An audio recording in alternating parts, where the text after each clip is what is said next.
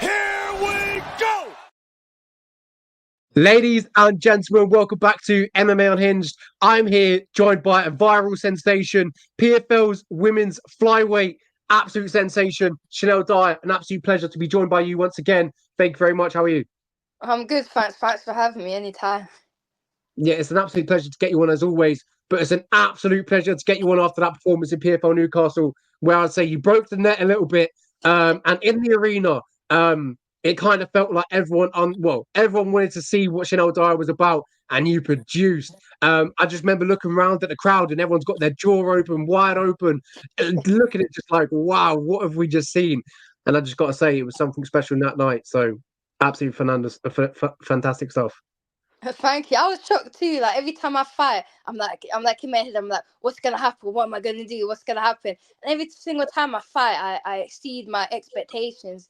Like, I remember talking to my coaches before. They're like, you don't really see a lot of like female fighters that do get sick knockouts like that. And I was just like, okay, even I did a sick knockouts. I gas myself up every single time I fight. It's amazing. And that's why I feel people start to take more notice of yourself, because you have these highlight reel knockouts. You started in your professional career with a spinning back fist. Like, your entertainment. It's fantastic to watch you. Like I mentioned, everyone in the crowd just going crazy as soon as that knockout. As soon as it landed, did it feel like, yeah, that was a good one. That landed good. Yeah. And then obviously, when you see her go down, it was a wrap. Yeah, I always say, like, to land the perfect head kick, it has to be like between the neck. It has to be like on the jawline. And I remember when I threw that kick, it was like, it was so perfect. You could hear the fun. I remember her eyes rolled back and she was like limp and she fell down. I was like, yeah, the fight's over. There's no way that she's gonna recover from that. Yeah, it was fantastic stuff. I think the best bit about it was your setup throughout the whole fight, leading up to that moment, the leg kicks, the body work, and I feel like I mentioned this before we went on air. That might have been maybe your first or second head kick that you threw up, and to the head. It was all leading up to that moment. Talk to me about that. What's going through your mind? Because it seems like you're, what's the word? Not overthinking it, but you're waiting for that perfect moment. How did you know it was then, basically? I was telling everyone the whole fight week, I'm like, head kick KO, head kick knockout, head kick knockout. I know that she dropped her hands, but yeah, when I fight, I don't go into a fight thinking to do an spectacular knockout. If it comes, it comes. If it doesn't. I'm there to win the fight regardless. I remember, like, when I was fighting her, she threw a leg kick and I checked it and I was like, okay, cool. I threw a leg kick back and her eyes just went wide and she switched stance. I'm like, if that leg kick hurt you, then it's going to be a long day for you. And I just kept low kicking a low kick and a low kick. I think I threw about 14, 15 low kicks in 3 minutes, which is absolutely mental. And she didn't check any one of them. She hated the low kicks. So I was using the low kicks to set up the head kick. Fun enough, I actually threw the exact same combination before I threw the head kick. I went double jab, head, cross body, low kick, then moved around, double jab, head, cross body, and then set up the perfect head kick. And yeah, that was all she wrote. But yeah, the whole fight camp, it's you can see what I did in the fight was basically what we did with my coaches the whole fight camp. If she moves to the right head kick, if she moves to the left head kick. So yeah, all came into fruition, which I'm happy with. Yeah, the fans loved it, and I'm sure Dan Hardy would have loved it. Did you have any conversations with the PFL higher ups in the backstage? Did they come to you, have a word after that fantastic knockout? Yeah, they were excited. They were so excited. They knew that I would do something special, but I think I exceeded even their expectations. They were all bigging me up. They absolutely loved it, and they love me as a fighter as well, which is I'm glad I got to show them what I can actually do in the big stage. Yeah, I think they've got some dollar signs in their eyes when they're looking at a bit of money to be made off this girl. I think they're looking at her. She's got Yeah, spectacular, 100%. got the resume. So yeah, absolutely. That was PFL Newcastle. As I mentioned, in my eyes, anyway, before we went on air as well, I said I felt like you took over the show. That was the performance, the knockout of the night in my eyes. Did you also feel like that? You kind of took over, stole the show a little bit, kind of announced yourself a little bit more than everyone else on the show.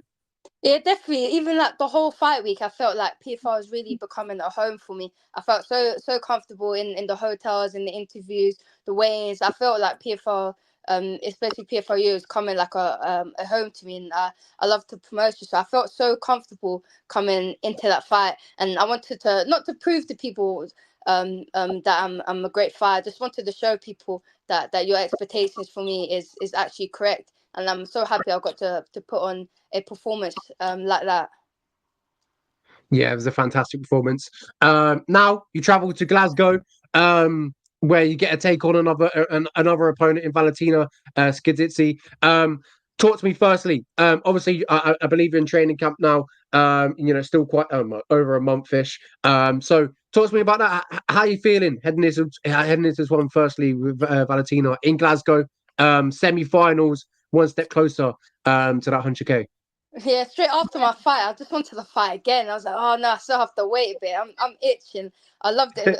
Like obviously because I had the fight, but she landed like no significant fights and strikes for me, so I didn't even feel like I had the fight. You can see like in some of my pictures, like I was kind of unimpressed with that fight, and even like looking at, I think a few of the other girls fought on the night as well, and I wasn't over impressed with their performance too. I just showed in my fight that I'm leagues above these girls, but I'm not taking anyone lightly. I'm still gonna focus a lot on myself because I was said before my last performance that the only person that's gonna beat me this year is myself. So I'm focusing a lot on myself, especially in fight camp, strengthening my strength, strengthening in my weaknesses. I think Valentina, she went to finals last year, so she's the most experienced person in the roster in the PFL European season. So I'm not taking her lightly. I know she can take a bang too, and she'll keep coming forward. But I love a fight as well, so we can scrap out or I can finish her quick. Either way, I'm coming away with the win.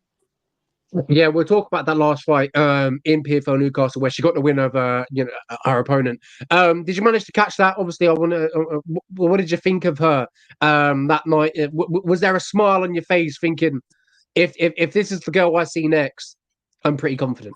I was watching it in I was up in the change room watching the fights. My coach was trying to get me to focus, but I was like in between. I was hitting pads, and then I was sitting down watching the fights. And they're like, "No, you like proper focus on your fights." But I remember thinking, not gonna lie, I was just like, I was watching the fight, and I was like, if I win this fight tonight in Newcastle, I'm basically in the finals. But no disrespect to her.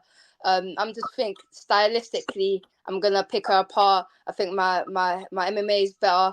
My range controls so much better. Then obviously she'll bring the fight, but there's no way I'm going to be losing her fight. Like I pointed to my eye before the after my fight, I was like, I didn't get touched, and she basically her eye was blown up, and she basically fought a grappling fight for 50 minutes. So if your eye blew up for a 15-minute grappling fight, then what am I going to do to you in Glasgow? But I'm not worried. I'm focusing on myself.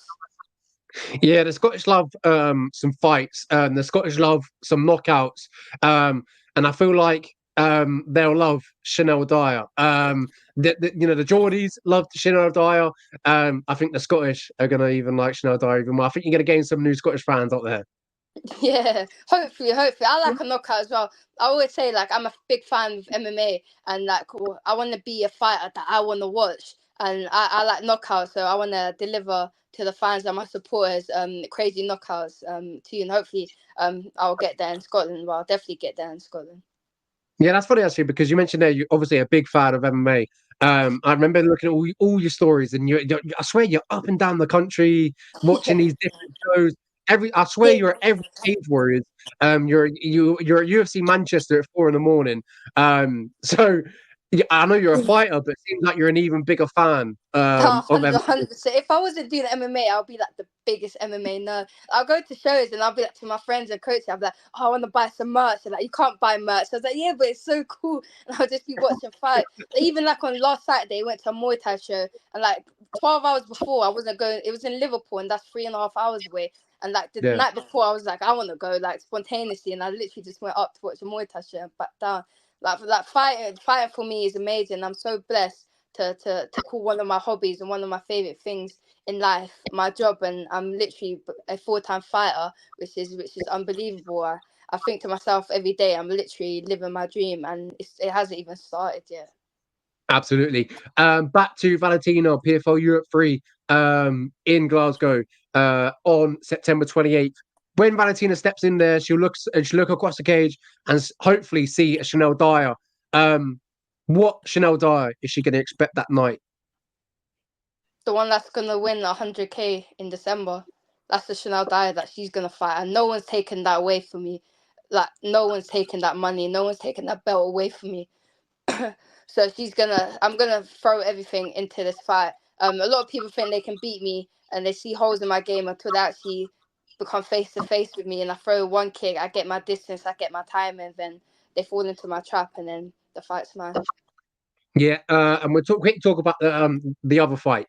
It's between two Polish 125 pounders, Karolina Wojciech and Paulina. I would love to try and pronounce her last name, but I'd absolutely butcher it. So we're going to go Paulina. Talk to me about them two. They obviously both fought Karolina fought in Newcastle. A tough fight. Could have went either way, that one, I do believe. Talk to me about that one as well. Obviously, you're going to meet one of them if all going well in this fight. You're going to meet one of them in the final. Talk to me about them two. How what's their game like in terms of what you think? Caroline first. Caroline, she's a scrapper. She took the fight in about 10 days notice against a good opponent, and she literally went out there to fight, and that's what she done. So I think if we do match up in the finals, that it's gonna be a fun fight. We both can throw down, and there will definitely be a great fight. Paulina had a great finish against a strong opponent. One of my teammates, Kate, for D Bagley, and it was a great fight. But she was saying that it's hard to put her out. She comes forward, and for the fact that Paulina got the finish on her, I think she's a strong opponent, and I'll be looking forward to fight her if she makes it to the finals as well. I would love to put you on the spot. So who do you see going through to the final with them two? I think Paulina will win. Like I'll say that because Carolina, she's a natural story. Well, I'm a natural story, but I think Paulina's quite big, and she's shown that she's powerful as well. And she's really athletic, so I think that she'll get the edge over Carolina. But I'll be watching that fight with interest. Absolutely. I'm sure, but backstage, I'm sure you'll have a keen eye on your pad work and on the TV. Yeah, 100%. Yeah, it's going to be great. September 28th in Glasgow. I'm looking forward to it. Hopefully, I'll be there. I would love to see. Another Shanelle Dyer performance live in the arena. I feel like for a fan that kind of knows Shanelle Dyer, when I saw you walking out, you have that sense of something special could happen here. I feel like we see that every time you fight. You feel like something special could happen today. I feel like that's every time we get when you walk into that arena because you're pretty much I remember James from PFR said, but I think it was on the day of the fight or the day after. He was like, for me to do something special, and I was like, got it. And he was just like, a lot of people ask like what to do, and he just sees with me that I know what to do, and then that happened. So yeah. Yeah, absolutely. If you're not following Shanelle's story, make sure you follow her on Instagram. Absolute special prospect, and make sure you catch her next performance on September 28th in Glasgow. Shanelle, an absolute pleasure. Good to talk with you once again, and hopefully I'll see you on Fight Week in Glasgow, or if not, on Fight Day in Glasgow, and witness another spectacular performance live in the arena. Thank you very much. An absolute pleasure. Thank you. Definitely see you there.